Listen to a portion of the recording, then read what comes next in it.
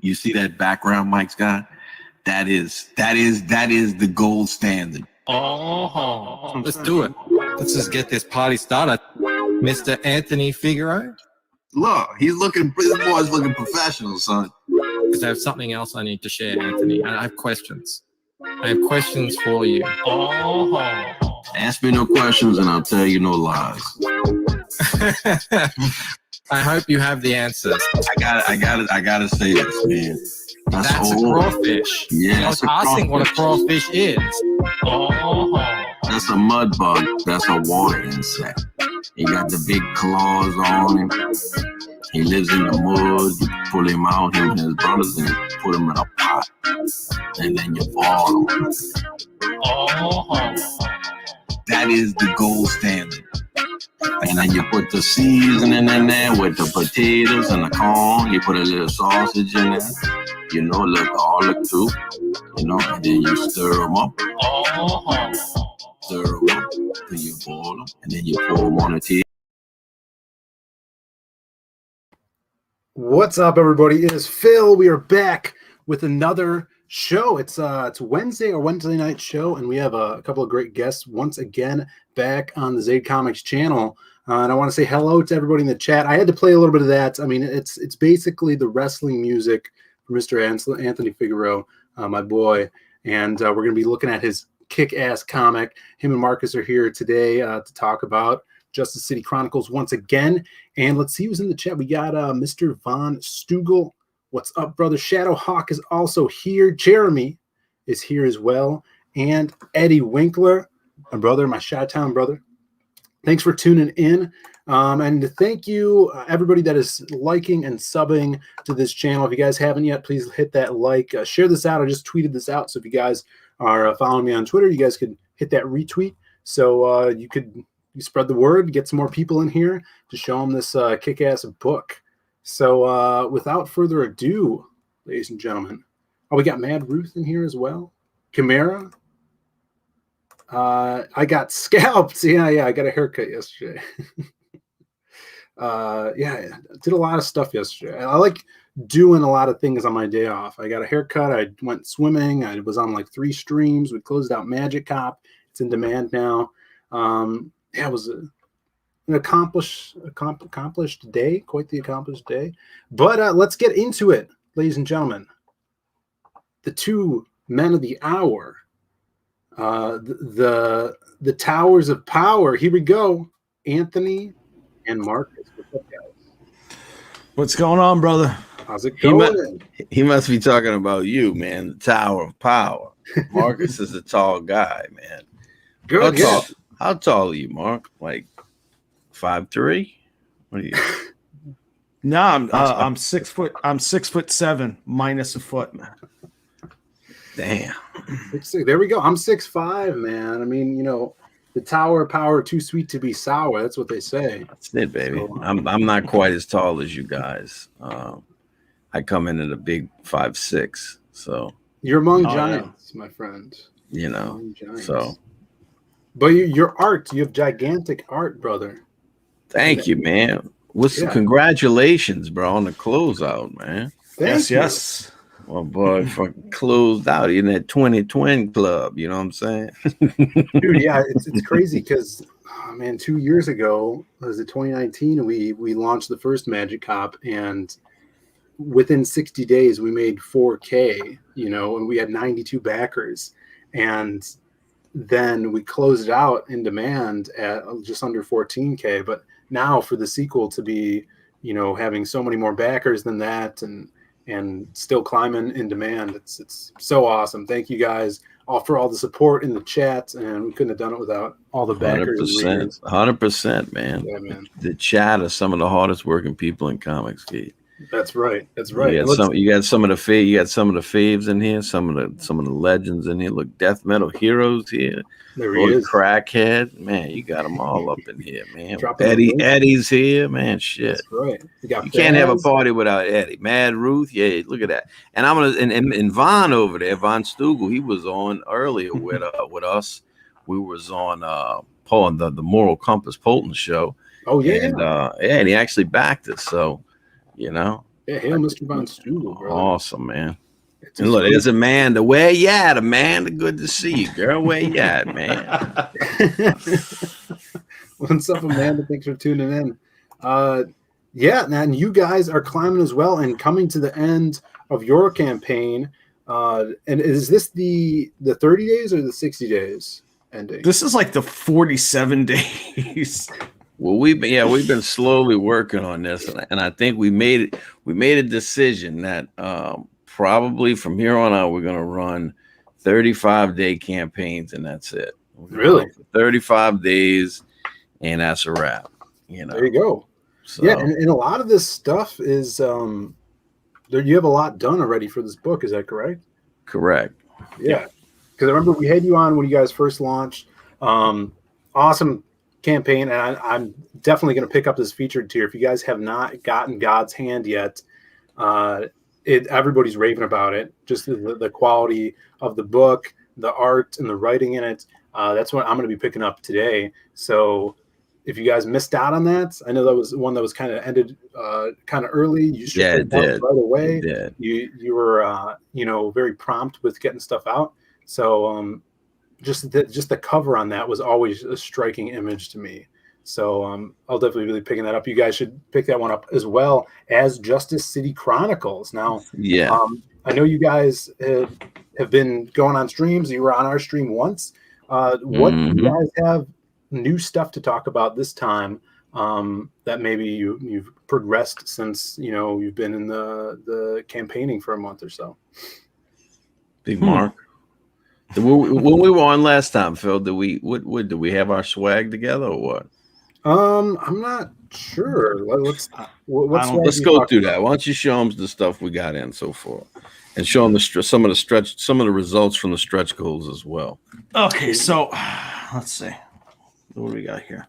You might want to blow him up, Phil, so you can see this stuff. Thank you. Blow me up because I am blown up enough. So man. We got some stickies. Oh, sexy. Dude, they're like mirrors, huh? Yeah. We got the mirror sticker there. Nice. We got these snazzy metal bookmarks. Whoa, look at that. That's sick. So we got one of those, and then we got these two. Oh, yeah. Amanda B is always someone that's talking about doing metal bookmarks. She likes the idea of that, so I'm glad you guys are taking advantage of that. It's cool that you guys are coming back on, so now we can see some stuff in hand, 100%. Physical material. We got the one of the prints. Nice. We're gonna have more. Those nice and glossy. Yeah, shiny. Okay, so we unlocked all the cards in the stretch goals, and then our 13K stretch goal was going to upgrade the size of the cards. Whoa! So we got samples, all those. So that was the God's Hand. That was the regular size card. Yeah.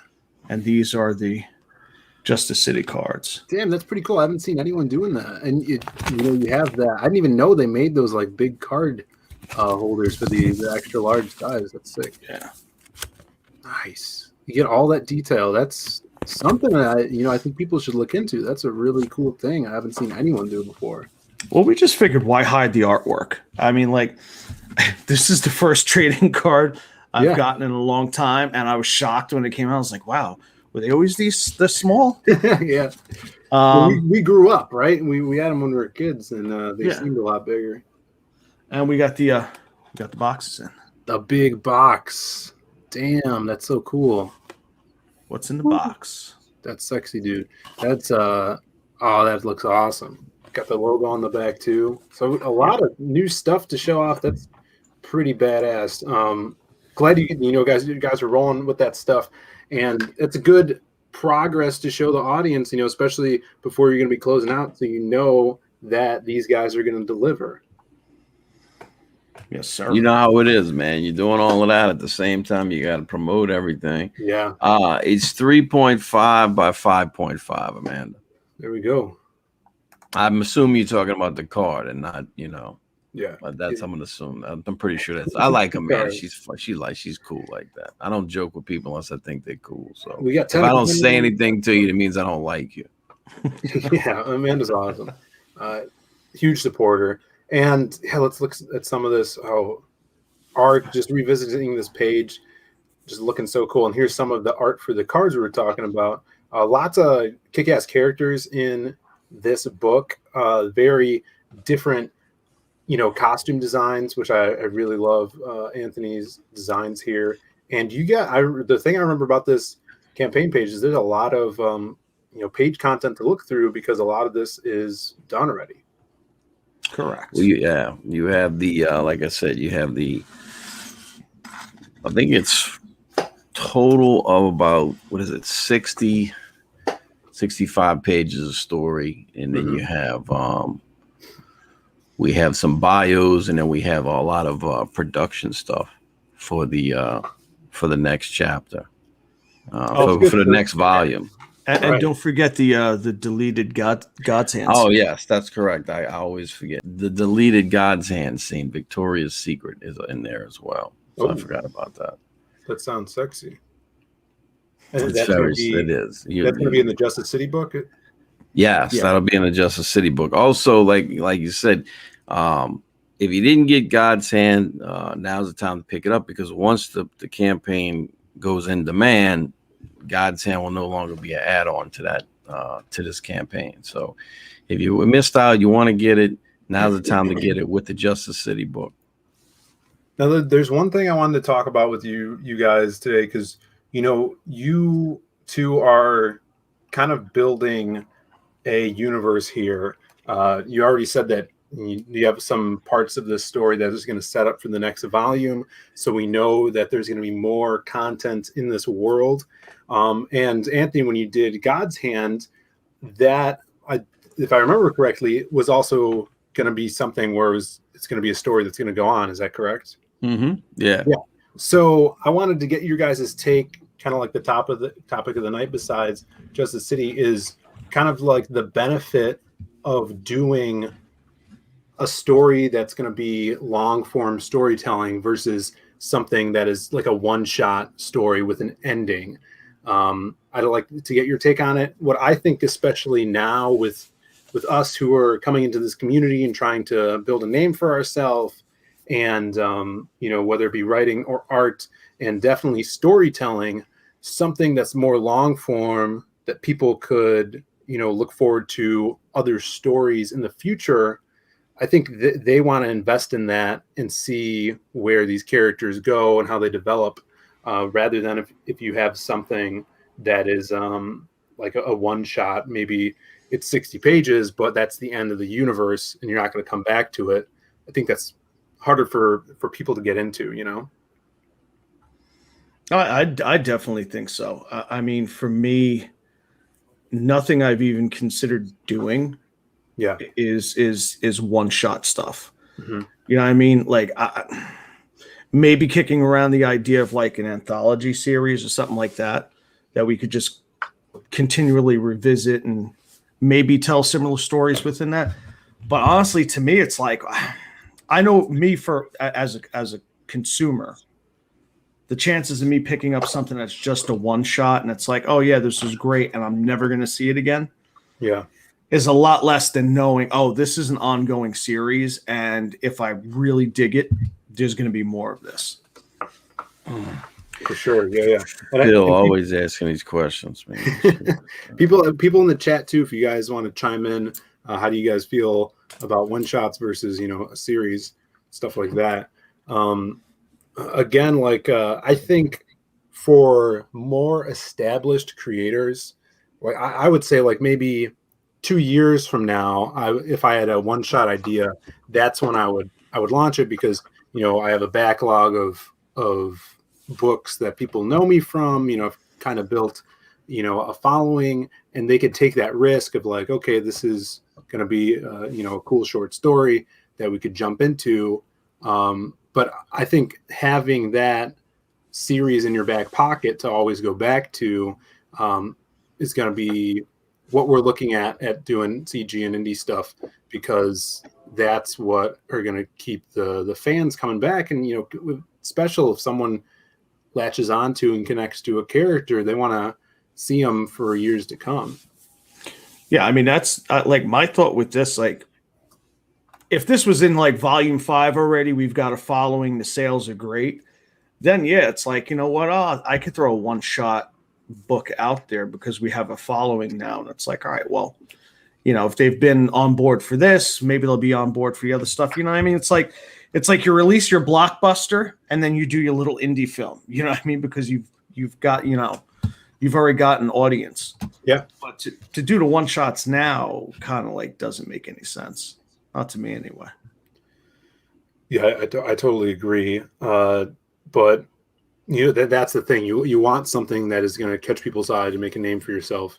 And I think the series, stuff like that, it's really good for the fans and the community as a whole, because then you have like these pillars that is lifting up, you know, CG or everything we're doing, where you could look to, you know, the Graveyard Shift and Cyberfrog and all these other characters that are that become, you know, regular names around the chat. Well, yeah, you want those iconic titles that when people think CG, that's what they think. Mm-hmm. For sure. Right now, I mean, we've got a lot of great stuff, but it does kind of feel like a little cyber centric. Oh yeah, oh yeah. You know what I mean? I could see that. I mean, that was a big stuff. A lot of, you know, you look at Cyberforce from the 90s, stuff like that. A lot of stuff from Image Comics was like that. And a lot of these creators, that was where they grew up and that's what they loved. So you're going to see a lot of people's passion in the characters they do. And for you guys, getting back to Justice City, what was kind of the influences for this world and storyline? Anthony, you gonna get in here? Oh, she was doing such a great job. I was sitting there. I was trying to figure out. I was looking up. Do you like how effortlessly I just dominate the conversation? Oh no, it was beautiful. I was looking at the video over here on how to purge crawfish. So I was watching that to figure out what was the best way to tell El Gargoyle. El Gargoyle. Most people I know, like, they use a little bit of water and they use a little bit of salt. I seen a dude, bro. He said straight up, you use clean water, and then what you do is you put them in a pot. You put the water in there till it gets dirty. Dump it out. Put more clean water in there till it gets dirty. Dump it out until that water's clean. And once that water's clean, then you know they purged. So I hope that answers your question. I hope that's a clear enough clip for Lord Finatra to do a sequel song. Oh man, Finatra's the man, bro. Mm-hmm. What was we talking about? So I would like influences for this story specifically. You know, we're talking about like a lot of 90s influences we see in CG right now, especially from the higher grossing campaigns, and I equate that to, you know, a lot of cyber elements in like Cyberforce from the 90s and stuff like that. What would you say is some of the big influences, you know, either in comics or pop culture, stuff you really wanted to put in Justice City Chronicles? Oh, I don't know. By the time I got there, he had already ripped off Street Fighter and Robotech, so I didn't know what to do at that point. So I just kind of, you know, went along with it. Yeah. But you know, I had to talk him out of changing the guy in the corner. He wanted to keep him with a red suit, and I was like, that's not good. You know, so we changed it to black, and now you can't even tell. Right, you for know, sure. That's Black Bison. We call him Black Bison. You know, so you know, the main character is Guile, but we shaved his head so you would never know it's him. So it's, you know, it's good. A lot of some video game influences and stuff like that. I don't know. You have to talk to Marcus. I came in after he had already, you know, put most of it together. I came in and put a little spin on it, but you know, you got to give Marcus most of the credit. So if it's bad, it's all his fault. Oh yeah, thanks. I appreciate that, Anthony. I love you. Don't worry. Yeah, I love you too. You'll come in and save it if it's tanking. I got you. No, I mean, you know, we did this in 2005. So initially, it was very heavily influenced by other comics and Star Wars and like all this pop culture stuff. I think as we've gotten old, and when I say old, I really mean Anthony, not myself. Take a look at them beards. That's all I gotta say. I can do it. We'll see them beards. This is a sexy beard. That's salt and pepper, baby. That ain't gray. On yours, that's your look. See, that's a little salt. Look at that. Look at that. Use that seasoning, Show us yours. Yeah. Look at that thing. Jesus Christ. Oh, yeah. I got What some is grace. that? But He hey, rubs hey, motor oil in it to hide the shit. Come on, show look him. at this. Look at this head of hair, baby. Look at this head of hair. Look at this You want over me- here. You see this? Ah, you yeah, I can't even talking- grow your hair, bro. Oh, I Don't can go grow there. plenty of hair, bro. No, you can. Well, I know under your out of your nose, under your arms. I know you're a little hairy Mexican, but listen, Ladies. the truth of the matter is, I thought we were talking about you trying to deflect off of you stealing ideas for the book. Come on, man. All right. Relax, Tracer. Yeah, no. So originally there was a lot of influence. I think now, as we've returned to the story, it's a little different. So appearance wise, a lot of the initial stuff it is reminiscent of those early influences, but as it moves forward, definitely not. I think this is Right. it's still going to have hints of all these influences, but story wise, it's all much more cohesive Right. Well, you did right. and going in a more adult direction. Right. Well, you're dealing with ideas, and again, you use what you got at the time. You know, Phil. It's like your experiences in life. You use what you got, and if you whatever you think about the world right now at your age, in 10 years from now, it's not going to be how you think about it. Sure. And so what happened is we have this original 20 page that we made that we feel like really kind of gets to the heart of certain things in the story that we wanted to keep, because we felt like this was where we mastered those from scratch. And these here, we felt, well, I felt, and I mean, everybody we've shown them to, Marcus remastered them and had them colored and inked and all this kind of stuff. And they were like, they look really good, you know. The first set were a little off from where I am today. These are a little closer, even though my style's a little different now. Sure. But it's fun to go kind of back in and have to weave the story together in a way that it looks like it's one cohesive piece. You know what I'm saying? And for me, that's been really the fun part is how do I take these old designs, right, that we're going to keep, and how do I push them forward in a way that you can see where they come from? You know what I mean? So whether they're connected to these things to where you feel like you're in the same universe, but it looks like it's progressed through time, because the story itself, I think, delves through about 30 or 40 years it goes back in time and tells things, and it comes forward and stuff. And so you're looking at like a 30, 40 year span. So you're going to see old tech, old armor, old soldiers, and then you're going to see new stuff. And so to tie that together in a way where it looks like, yeah, that stuff looks like it could easily have been modernized to look like this stuff here. Yeah. That was fun. That was a lot of fun to do. And I think that's what, moving forwards and kind of progressing in that direction, I think is going to be a lot of fun. Hey, side note, what do you think of Pops's idea for a show name? Wait, what is it? They need to show the Greasy Beaner. It ain't your mama's talk show. The Greasy Beaner. Oh, Bean. Sorry. Bean, not Beaner. I knew you were going to say Beaner. I thought it was Beaner. All right. The Greasy Bean. It ain't your mama's. I was going to call it the Spick and the Dago, but I don't know. It's something that they said that may not be PC. I don't think so. I don't know. That's fine. I'm half Mexican, so it's that's what I'm saying. Well, or the I'll give you a pass. Or the wetback and the WAP, which we'll call it WW. Thank you. Good show. You know what I'm saying? Well, but hey, who gets like top billing on that one?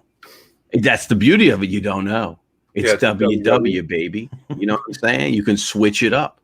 The wetback and the WAP and the wetback. It just goes, baby. You see what I'm saying? It's universal. It's like a universal joint. It's ambidextrous, bro. You understand? Oh, look at this guy. This guy's cool. Yeah, another thing I wanted to talk about is kind of like revisiting old work. So this was something you guys did. You have you revamped it. You have some new pages as well, and stuff going forward. How was it going back to that stuff? You talked about it just a little bit, and I've done it as well. I mean, the first story I ever did was where we came up with the Silhouette, who's kind of one of the big characters in the Lost pages, and we did that back in 2012, and it wasn't even with illustrations. It was photography in front of a green screen, and then we photoshopped it to make it look like a comic. So that was kind of the conception of the character. And since then, I was, working out stories with them, and then we were actually able to make an actual cool comic out of that character and all the other characters that came out of that universe. How is it, revisiting some old work and old characters and an older universe, and coming back to it and throwing in those new ideas and stuff? We have, I don't know, Marcus and I have, I don't know, in some places we say the same thing. We just say it in different spots. Sure. Because when you look back on it, I've learned this too, because initially your initial reaction is to fucking cringe with horror and just, oh my God, Jesus Christ, what was I thinking? But I mean, you really gotta kind of pause and take context and be like, okay, this, for the time, for what I had, for the resources and knowledge, is pretty good, man. I mean, I'm going to tell you right now, if you got a copy of the original Justice City Chronicles from 2005, this is what I'll say about the book. I think for the time, I think the book looked good. Quality wise, that book still holds up today. If you got a copy of Justice City Chronicles, the original, that book to this day holds up in quality. I want to say it was gloss paper, gloss covers. It was like 80-pound paper. It is as far as feel goes, beautiful book. Yeah. I think you do the very best you can. I think, then when you look back at it, you start thinking about your sensibility. Yeah, Marcus, we made a joke about this. Marcus is, let me tell you something. This is back in 2005. So I don't know. Somebody who knows the history would have to try to figure this out. But I'm going to say it now, that I think that Marcus was one of the first cats to come up with sketch covers. Okay. He had sketch covers back in 2005. All right. Now, we didn't know anything. The first one to come up with glossy sketch covers. Right. So, Phil, there's no pen. You cannot pencil on these. You cannot pre-draw. You have to bust out the ballpoint and go straight to town with no. You just got to go, bro. You just got to go, bro. But I think Mark was definitely one of the first cats to come up with sketch covers. They just happen to be gloss sketch covers. But you look at it and you say to yourself, man, of course, you're like, what was I thinking there? What was I thinking? And you're like, well, you were thinking the very best you could do at the time. You know what I mean? And so now when we look back at that was the thing. When we look back at the middle story, the one that no one had ever seen, we kind of looked at it and we were like, you know what, this kind of, as far as pacing goes, as far as shots went, it was a dramatic difference and a huge improvement from the first one, from the first 12.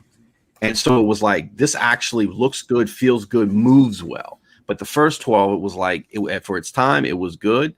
But we decided, you know what, we need to go ahead and remaster these. So I went in, kept the same kind of pace. I just handled the shots a little differently, added a page here, and modernized everything, and which was fun to do, But writing wise, he may feel differently about it, but I think for what it was, the story went. I thought it was good, so he may have a different answer. I don't know. Yeah, no, I cringe on the old stuff. I cringe. I just went through a notebook the other day of like notes and stuff. Yeah, from like back then, and I'm just like, the hell are you thinking about? And it's some of the stuff. Some of the other stuff, I was like, oh, this is good. I might still use that. But for the most part, the old stuff, I'm like, man, no. I feel the same way, man. I mean, we have, I don't have it handy, but the old issues of the Silhouette, I was like 18 or 19 years old. And when we go to cons, and that's the first stuff I wrote, and like I can't even read that, and people are like, "Oh, you should like release it as an add-on for your next campaign." I'm like, I don't want you guys to read that crap, because the mentality of like, if you're an artist, right? And if you could be a really good young artist and you're just going to get better and better over time. And then when you look back at yourself, you yourself is probably like, oh man, like I could do so much better now if I drew that. But other people could look at that old work and be like, oh, I can't do that. That's really good. But if you're a writer or a reader reading some dialogue that someone did years ago, and that writer may think it's bad, it's probably going to be bad, just because of the amount of experience the writer has had. I think you could spin that as well, because again, you can spin it like this, and you can say and what you're saying is valid. You could spin it like this and say sure, but think of all the people who are coming up, who are aspiring, and look at your first work and be like, wow, this guy started here and look where he is now. Yeah. So you know what, man, I'm going to stay at this. I'm going to keep doing this. I think it's our own ego is what it is. I know it is for me. You know what I mean? I don't want nobody to see this and all, oh my God, look at this freaking chin on this character and all this shit like this. But it's all my, you know what I mean? But it's all like my ego and shit. It's funny you said that. I told Marcus this the other day. I came across some drawings I had, I guess, from like 2000 and I don't know, was it 9, Marcus, maybe? Yeah. Maybe 2009, bro. And I made myself jealous for a second, bro. I was like, God damn, son. It's like, look at this shit here. I'm like, holy shit. I'm like, look at the pose and shit. I was getting jealous of my older self for a second, right? You know what I mean?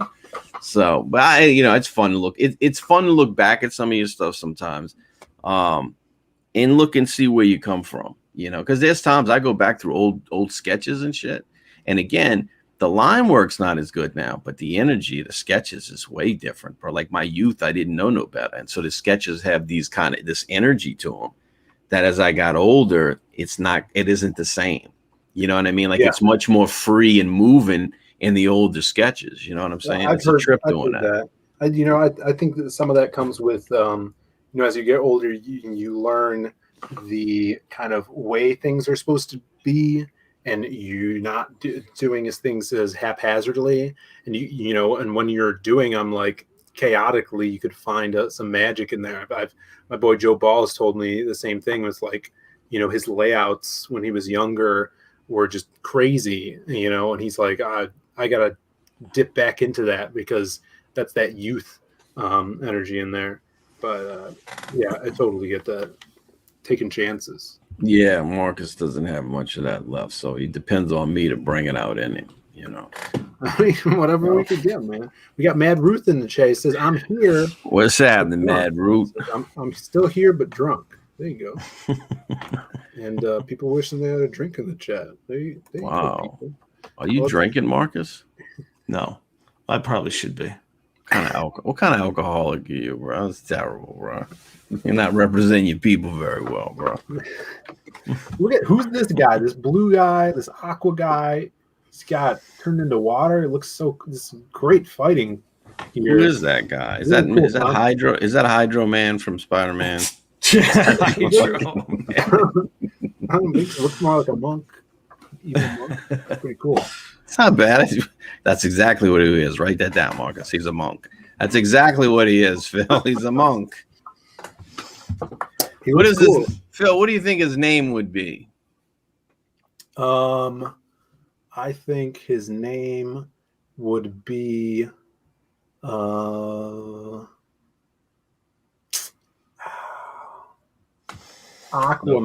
What do you think about that one? Write that down, Marcus. His name's Aquaman, so we're going to go with Aquaman. Kind of like Hydro Man, except it's Aqua. So in this universe, tell him the truth, Marcus. What's his name? His original name in the original story. Tell him both. Tell them both. Isn't there on the page? Is it? Why you put Trident? Triton? Yeah. Yeah, he's part of the elemental class. Yeah, so you got like magic in here. Mm-hmm. Magic powers. It's like I said, it's a fantasy world. It's magic, you know and what I'm saying? Mixed, it looks like, which is pretty cool. Yeah, it's a fantasy world. Not really. I wouldn't necessarily say steampunkish because it's not really old tech, but it's old like old architecture mixed with new tech, old sensibilities, old ideas, traditions, values, honor, code, and all that kind of stuff mixed in with this, futuristic weaponry, mixed with this classical armor type stuff, So it's a lot of fun because you don't know what you're going to run into. That's the cool part about it. You know what I'm saying? That's what I enjoy about it, is it basically it has the ability to have all these cool characters, these cool kind of like, you ever remember that show Brave Star? And so they would go to this planet. Yeah. Right. Yeah. And it would be like this Wild West planet, and you never knew what was going to pop up or what he was going to fight. It's got that same magic to it. You know what I'm saying? To me, anyways. Yeah. That's what you want as a creative team is, if you're going to be in this world for a while, creating books and different stories, you want something rich enough where if you come up with something, you don't have to make another, universe for stories. You could throw it in here, you could have whatever character walk into this universe and your heroes could take them out. And I think I see that with this universe. You have this elemental guy here, you have these magical fantasy elements, but also, you go at the top and you look at characters and they look like military guys, Right. So there's that element of that mech kind of almost stormtrooper-esque characters and a war going on. Very, very cool. Let's take a look here, do a little refresh. You had 154 backers, and just on the verge of breaking 14,000. There we go. Look at that. There we go. Congratulations. What is the 14K stretch, Mark? Oh man, I just wrote that shit down today. No, the 14K. Yeah, what's 14K? I'll tell you right now, the 14K I believe is the new metal bookmark. Sweet. Ooh. So everybody gets an exclusive metal bookmark with their order. Awesome. Sure, man. Kick ass. Yeah. Thank you everybody in the chat for checking us out. 100%. Who put us over, Mark? I don't put nobody else. The gentleman above you. Man, I like that guy. I'm gonna tell you right now. I liked him before. I really like him now. Yeah. I don't care what Cecil says about him. I like him. Didn't you say something like that to somebody else and they wrote back? What did he say? Oh about shit! me? Yeah, I was. My daddy used to say it. He'd be like, "Boy, I don't care what they say. You're all right for a white boy." He would say that to me, or he would say, "I don't care what your mama says about you. I like you." You know what I mean? And I forget who it was, but I was like, I was just bullshitting, and I was texting with him, and I was like, "Oh man, I don't care what Cecil says about you. You're all right with me." And they text back, "What did Cecil say about me?" And I'm like, no, wrong. No, this is a turn phrase, bro. There's nothing. Scratch that, bro. Nobody said nothing about you, man. Yeah, I was I was on Cecil's stream Sunday, and he's got this Lobo figure that I wanted. And I think he was showing it was in the background on the Jack show. And I sent a super chat. I'm like, "Hey, Cecil, can I see that Lobo figure behind you? And can you send it to me?" He sent me like comics and stuff a couple times. And he's like, "Oh, this one?" He showed it off. He's like, "Yeah, I can send it to you." And then John Malin is like, he's like, "Oh, no, Phil doesn't want that thing." And I'm like, "Yeah, I do." I was typing in the chat. I'm like, "Yeah."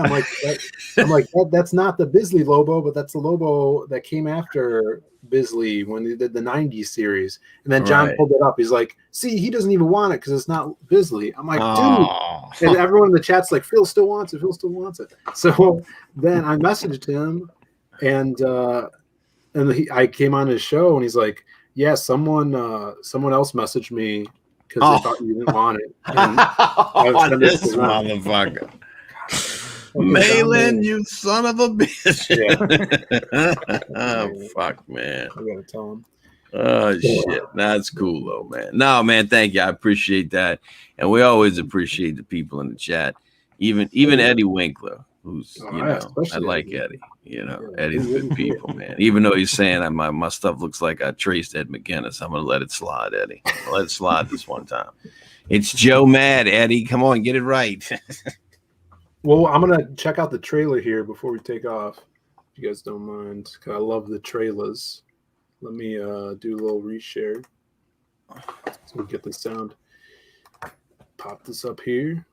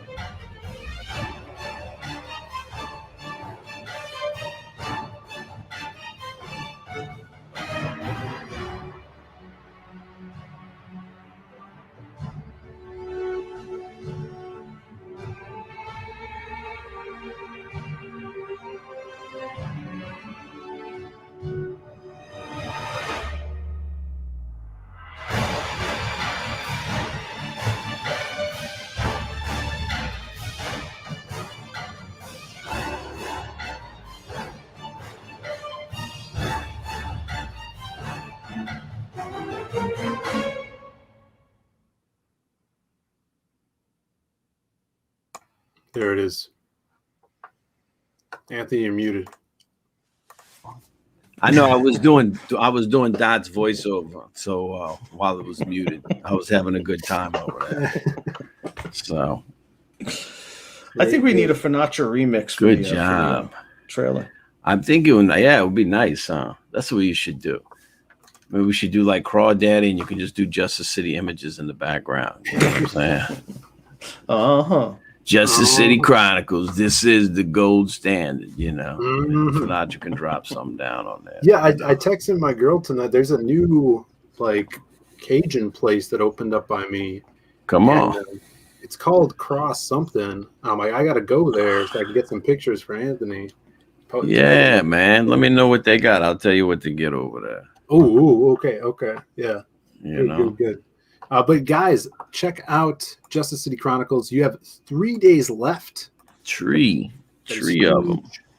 Our countdowns are going to be coming up.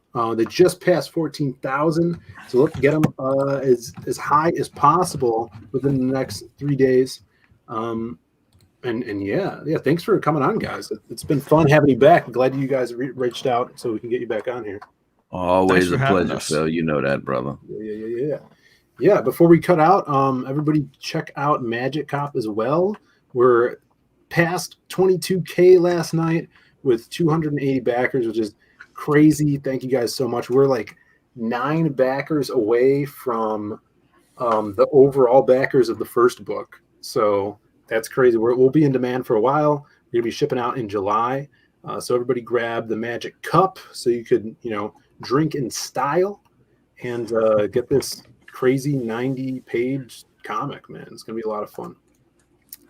Also, we have the Lost Pages, which is still in demand. We ship them out the very next day. We just shipped out 3 books today, so you guys could go grab this book as well. And people have been asking, Phil, what is Zaid Comics doing after Magic Cop 2?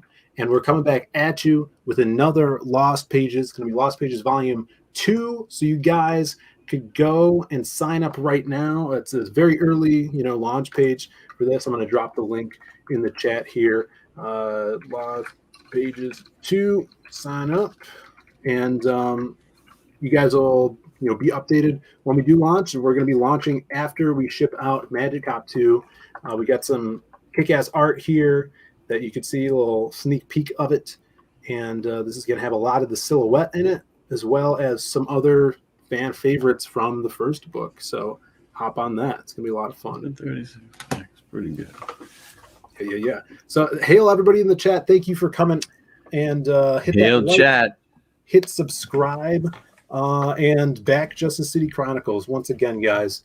Great book and a lot of cool stuff coming out from these two guys out of the Wolf Pack. So yeah, thanks for coming in, Mad Ruth, everybody, Eddie, Oh, man. Comics, of course, and we'll see you guys next time. Peace out.